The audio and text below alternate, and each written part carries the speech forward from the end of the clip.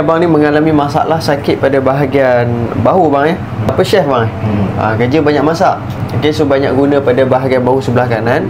So ini isu ni dipanggil, dah berlaku simptom-simptom awal dipanggil frozen shoulder. Frozen shoulder ni boleh berlaku dari dua sebab lah.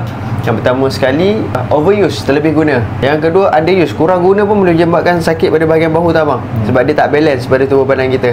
Bila terlebih guna ni, area-area sini semua dia akan menangkap lah. Okay? Dia akan jadi tegang, dia akan jadi mengeras dan sebagainya. So sekarang ni saya nak buat body loosening, pelonggaran pada bahagian sendi-sendi tulang belakang abang, especially pada bahagian upper back abang ni. Okay, kalau tak tahan abang bagi tahu.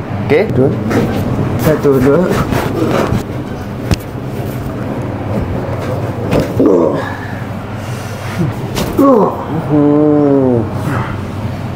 Masa karen okey tak?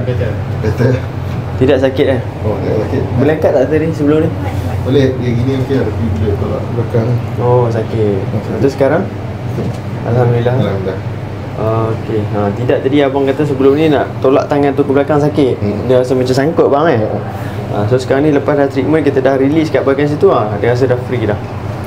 Okay, so selalunya masalah yang macam ni disebabkan ni tau bang, sendi bahu abang tu dia ada lari sikit, dia panggil mild dislocate yang sikit je. Tapi tengok kesan dia menyebabkan tak boleh nak guna secara menyeluruh kita punya bahu tu.